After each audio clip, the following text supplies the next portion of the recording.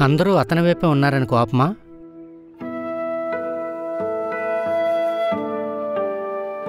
ఎలా అయినా కలిసి ఉండాలని ఎంతవరకైనా దిగజారిన మనుషులు తక్కువ. అతను మొదటిసారి నా దగ్గరకు వచ్చినప్పుడే ఈరోజు వస్తుందని నాకు తెలుసు. అతనంటే నీ కోపం సరే, మరి నువ్వెందుకు ఇంకొకరిని చూస్ చేసుకోలేదు? ఒకరు సరిపోరా సార్ లైఫ్ అంతా ఏడవటానికి?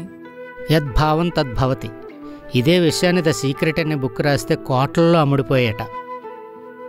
మనం ఫీల్ అయ్యే ప్రతి ఎమోషను మన ఆలోచనలోనే ఉంటుంది.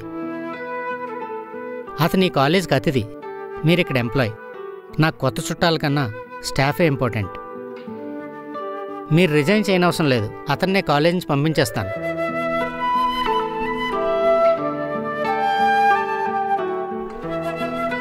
పూజా మేడం, అతనికి ఆ అమ్మాయి నచ్చితే ఇక్కడి దాకా ఎందుకు వచ్చినట్టు? బేసిక్ ఫండమెంటల్స్ తెలిసిన మీకు ఈ విషయం ఎందుకు అర్థం కాలేదు?